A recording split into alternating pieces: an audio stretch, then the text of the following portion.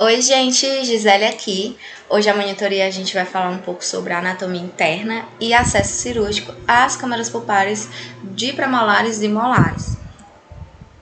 Bom, a gente sabe que para o tratamento endodôntico a gente precisa seguir uma série de etapas, né? Iniciando principalmente pelo diagnóstico do paciente e em seguida a gente vai fazer o acesso endodôntico e é isso que a gente vai falar hoje na monitoria. Inicialmente a gente precisa saber que para um bom acesso a gente precisa realizar tomadas radiográficas. A gente vai fazer radiografias convencionais, que é a periapical. Elas vão fornecer informações básicas, como o número de raízes, severidade da curvatura radicular, presença de calcificações e reabsorções. Elas são imagens bidimensionais, então elas não possibilitam avaliar detalhes importantes da anatomia, como o grau de achatamento dos canais, presença de istmos, canais acessórios ou deltas apicais. Sobre a anatomia da cavidade pulpar, a gente sabe que é um espaço que abriga a polpa dentária e geralmente situado na porção central do dente. Ela pode ser dividida em câmara pulpar e canais radiculares. A câmara pulpar ela vai corresponder à porção coronária da cavidade pulpar e os canais radiculares se localizam na porção radicular. De acordo com a nomenclatura dos sistemas de canais, o canal ou os canais radiculares são melhor denominados como sistema de canais radiculares, pois eles possuem uma rede complexa de ramificações, como a gente está vendo na imagem. A gente vai ter vários tipos de canais que a gente pode encontrar no dente. E normalmente, no caso dos premolares e molares, os canais são mais achatados no sentido médio-distal ou vestíbulo distal, com exceção de canais retos. Sabendo disso, a gente, para ter um sucesso do tratamento endodôntico, é muito importante que a gente realize um bom diagnóstico, né? Fazendo os exames iniciais, uma boa anamnese com o paciente, fazendo uso dos testes, né, de vitalidade, como o teste a frio, palpação, percussão, para com isso a gente conseguir traçar um bom plano de tratamento e também conhecer com propriedade a anatomia dos canais radiculares. Além disso, a gente tem que saber que há presença de algumas estruturas diferenciadas nos premolares e molares. A primeira que a gente pode ver são os istmos, que são uma região estreita em forma de fita que conecta dois ou mais canais e só se apresentam em premolares e molares, como a gente está vendo na imagem. Então é muito importante que no momento de acesso e instrumentação a gente consiga manter essas estruturas no dente, né, evitando acidentes ou perfuração nessa região.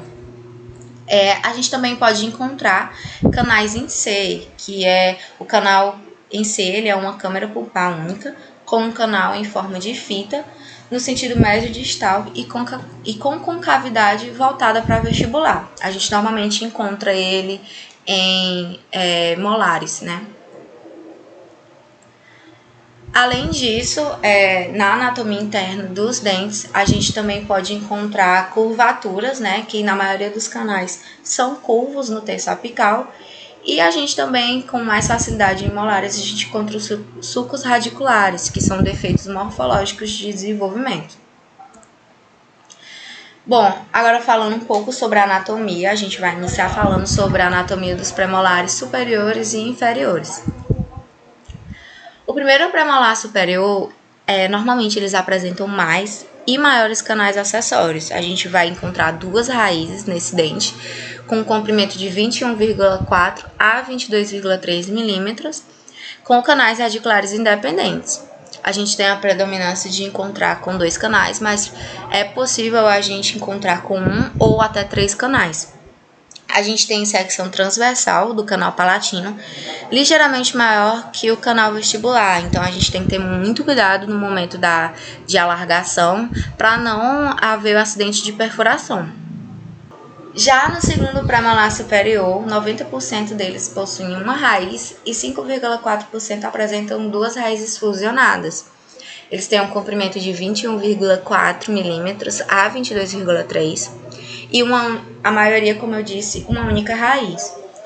O canal ele é bem ovalado e tem um maior diâmetro vestíbulo palatino. No primeiro premolar inferior, a gente vai ter uma raiz única de secção transversal mais ampla no sentido vestibulolingual, com comprimento de 21,6 a 22,9 milímetros.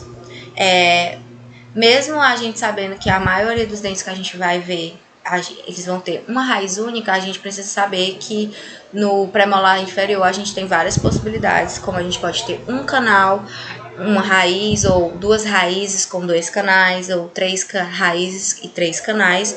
A gente precisa prestar bem atenção nesse momento, né, de localização dos canais e raízes. E eles podem apresentar canais em C e canais acessórios.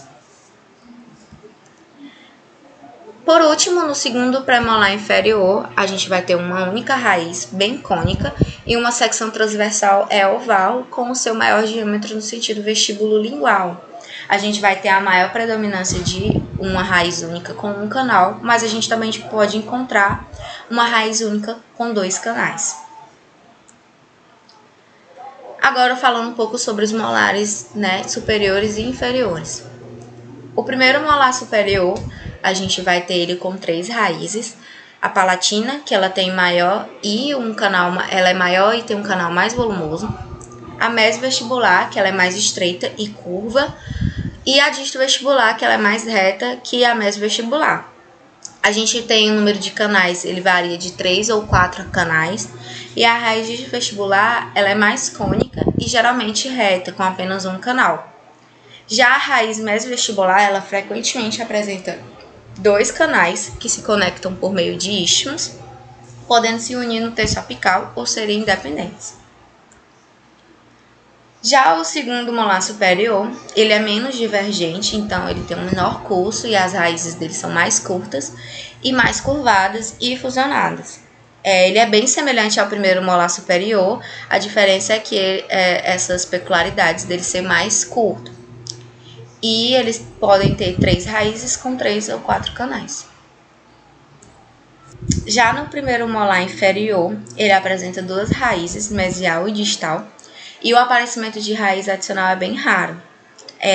Ele tem a presença de 3 ou 4 canais, e quando há 3 canais, 2 na raiz mesial e 1 na raiz distal, e quando há 4 canais, 2 estão na raiz distal e 2 na raiz mesial. E no segundo molar inferior, a gente também vai ter duas raízes, uma mesial e uma distal, com 3 ou 4 canais, igual ao primeiro molar inferior, porém com raízes mais curtas. O ápice é mais próximo e os canais mais curvos, então ela tem alta prevalência de anomalia de desenvolvimento. Ele tem uma maior frequência de ter canais em C ou radix molar, e ele também tem a maior ocorrência de fusionamento radicular, podendo ser total ou parcial. Pode apresentar apenas 2 canais também, um em cada raiz, e a linha de desenvolvimento ela vai nos guiando para procurar os canais existentes. Bom, sabendo da anatomia dos dentes, né, dos premolares e molares, a gente vai partir agora para o acesso coronário. O acesso coronário ele é o preparo de uma cavidade que inclui a remoção da porção da coroa do dente para se dar acesso à cavidade pulpar. Nisso, a gente vai ter a abertura coronária, que é o acesso à câmara pulpar, para a gente ter a obtenção da configuração final da cavidade pulpar, tendo assim a sua limpeza, antisepsia e localização dos orifícios de entrada dos canais radiculares. Alguns princípios importantes para o acesso, a gente precisa saber, né, aqui, como a trepanação da câmara pulpar, que é a exposição da câmara pulpar, a forma de contorno, que é a remoção completa do teto da câmara pulpar e preparo das paredes vestibular e palatina com a broca de dentro para fora, e a forma de conveniência, que é o desgaste compensatório em paredes de esmalte e dentina, para com isso a gente consiga ter o acesso livre e direto ao canal radicular, facilitando a instrumentação e a obturação.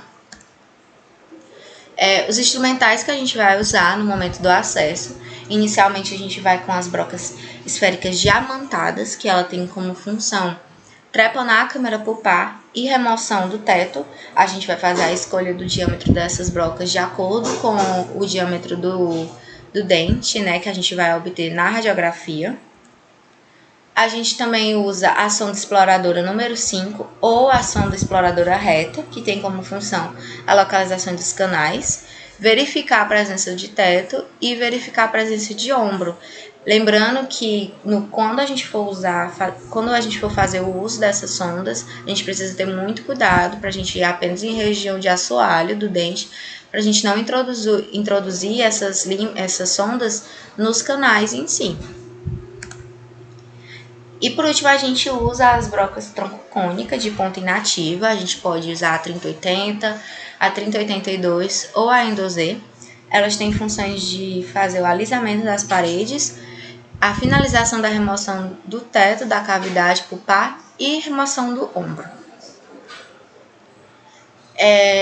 Como eu falei inicialmente, né, a tomada radiográfica periapical é muito importante, porque com ela a gente vai obter o exame da anatomia interna do dente, o volume da câmara pulpar, e com isso a gente vai conseguir fazer a seleção do diâmetro da broca que a gente vai utilizar para realizar o acesso. E também verificar a inclinação do dente e das raízes no arco dentário. É muito importante a gente fazer a remoção do teto da cavidade pulpar corretamente, porque caso a gente deixe algum resto de teto, ele pode levar aos escurecimentos da coroa, pela retenção de restos pulpares, sangue e resíduos. E além disso, ele tendo a presença desse teto, a gente vai ter mais dificuldade de conseguir ter acesso ao canal radicular. Bom, agora falando em si sobre o acesso em premolares superiores. A área de eleição no premolar superior é a área central da superfície oclusal, junto à fossa central, como a gente está vendo na segunda imagem. A direção de trepanação ela é vertical, paralela ao longo eixo do dente, e a forma de contorno inicial é forma cônico-ovoide achatada no sentido mesio-distal, com extensões maiores de preparo no sentido vestíbulo palatino, como a gente está vendo na última imagem. Aqui eu trouxe só uma imagem mostrando para vocês com corte longitudinal de como é feito, né, o acesso. A gente vai usar a broca esférica, depois a gente vai fazer o uso das brocas troncocônicas para a retirada do teto. Já no premolar inferior, a área de eleição é na área central da superfície oclusal, com discreta tendência para mesial do dente. A direção de trepanação é a direção vertical para o eixo do dente, e a forma de contorno é forma cônico-ovoide, com alargamento da área do ponto de eleição com maior dimensão do sentido vestíbulo lingual. Já nos molares superiores, a gente tem como área de eleição a superfície oclusal, no centro da fossa mesial, como a gente está vendo na segunda imagem. A direção de trepanação é vertical, paralela ao eixo do dente, e a forma de contorno ela é mais triangular, com base voltada para vestibular e o vértice voltado para a palatina. Já nos molares inferiores, a área de eleição também é na área central da superfície oclusal do dente. A direção da trepanação é vertical, paralela ao eixo do dente, e a forma de contorno ela é um pouco mais diferente dos molares superiores. A gente pode ter uma forma mais triangular, irregular ou trapezoidal, por conta da presença de 2 canais na raiz distal. Então, normalmente nesse dente a gente tem um formato mais quadrangular, porque a gente vai ter a presença de mais canais na raiz distal.